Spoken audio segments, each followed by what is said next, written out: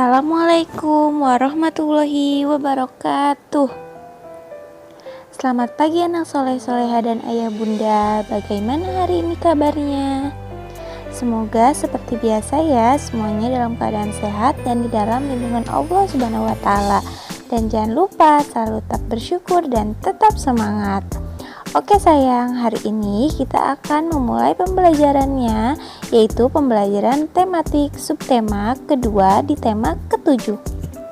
Sebelum memulai pembelajaran, yuk kita awali dengan baca ayat Al-Basmalah. Bismillahirrohmanirrohim. Nah, sekarang bisa disiapkan buku paket dan alat tulisnya.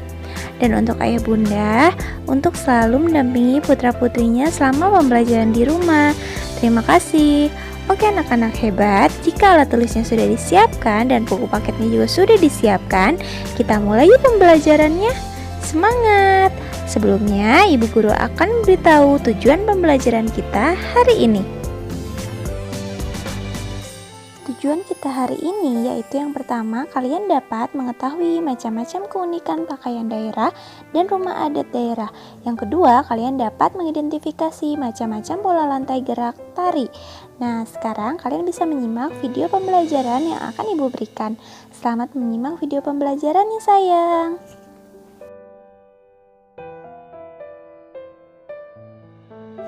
Yang pertama yaitu pakaian adat suku Dayak. Keunikan pakaian suku Dayak ini terletak pada sapai, sapak, dan ta'a, di mana pada pakaian adat suku Dayak ini tolak ukur status seorang dilihat dari motif pakaiannya. Jadi sapak dan ta'a ini perbedaan dari dua pakaian laki-laki dan perempuan ya sayang. Jadi sapai sapak dipakai adat suku Dayak laki-laki, sedangkan ta'a pakaian adat suku Dayak dipakai oleh perempuan. Nah, contohnya seperti gambar yang ibu berikan ini ya.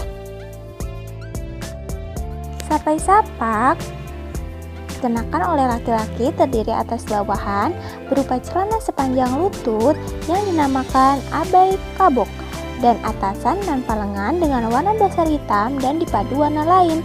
Sapai sapak dilengkapi dengan aksesoris berupa perisai dan mandau. Sedangkan ta'a dikenakan oleh perempuan Dayak terdiri dari atasan berwarna hitam tanpa lengan yang disebut sapai inok yang dipadukan dengan rok sepanjang lutut. Ta'a memiliki warna dasar gelap seperti hitam atau biru dengan motif ukiran berwarna putih, merah, dan kuning. Nah, suku Dayak juga memiliki rumah adat yang bernama Betang. Jadi rumah adat Betang adalah rumah adat khas Kalimantan.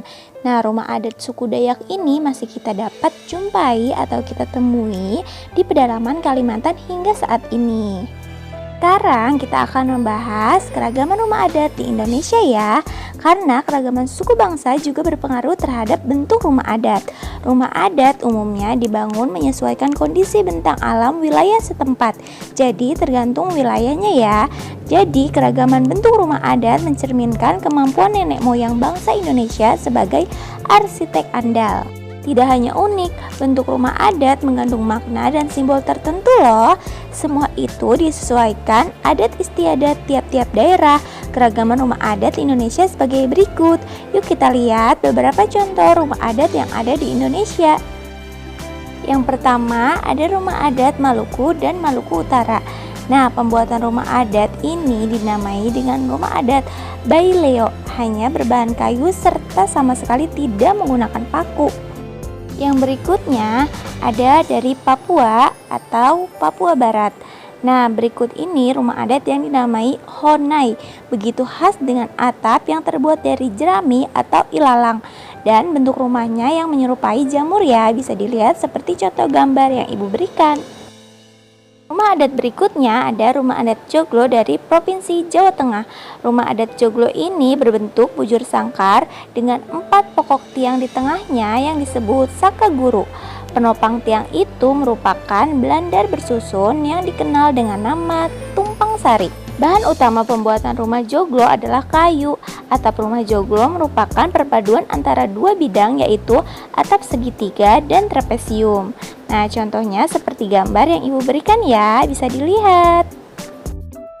Oke sayang, cukup sampai di situ dulu ya beberapa contoh rumah adat yang ibu berikan. Kalian bisa mencari tahu lebih banyak lagi, bisa mencari tahu di dalam buku paket kalian, atau bisa juga mencari tahu melalui internet dan lain sebagainya ya.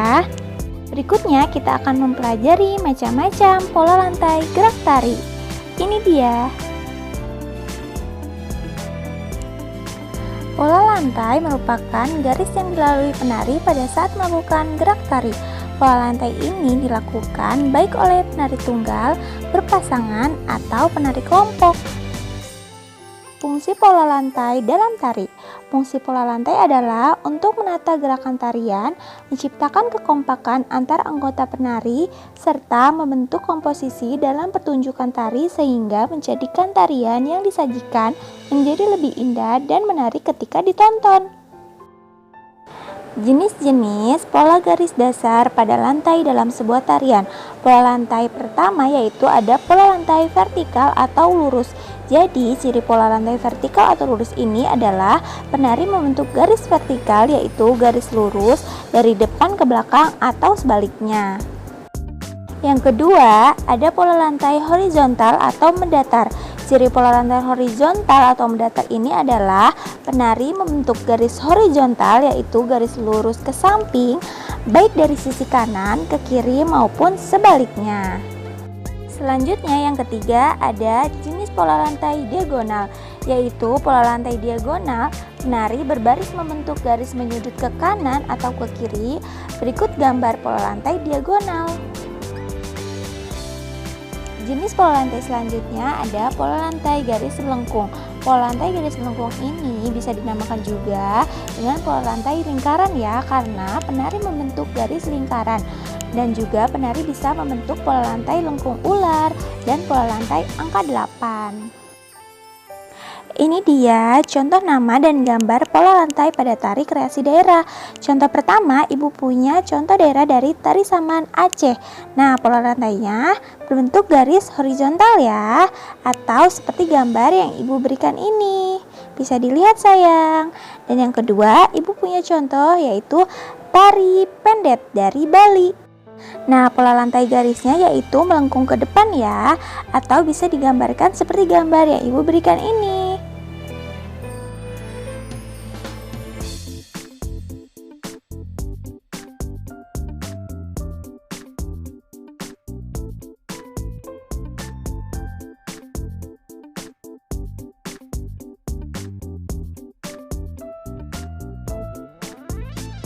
Untuk tugasnya yang pertama, kalian menyebutkan 2 contoh rumah adat beserta keunikannya. Contohnya, misalkan rumah adat Honai. Keunikannya apa? Berbentuk seperti jamur dan sebagainya. Seperti yang sudah ibu jelaskan dan ibu berikan contohnya di video ini ya. Dan yang kedua, kalian bisa menjelaskan 2 tari daerah beserta pola lantai gerak tarinya. Misalkan ibu menyebutkan contoh tari Saman. Nah, pola lantainya yaitu horizontal. Kalian bisa mencari tahu gerak tari yang lainnya ya, lalu dituliskan di buku tulis kalian. Nah, itu dia pembelajaran kita hari ini sayang. Yuk kita tutup dengan membaca ayat Hamdalah.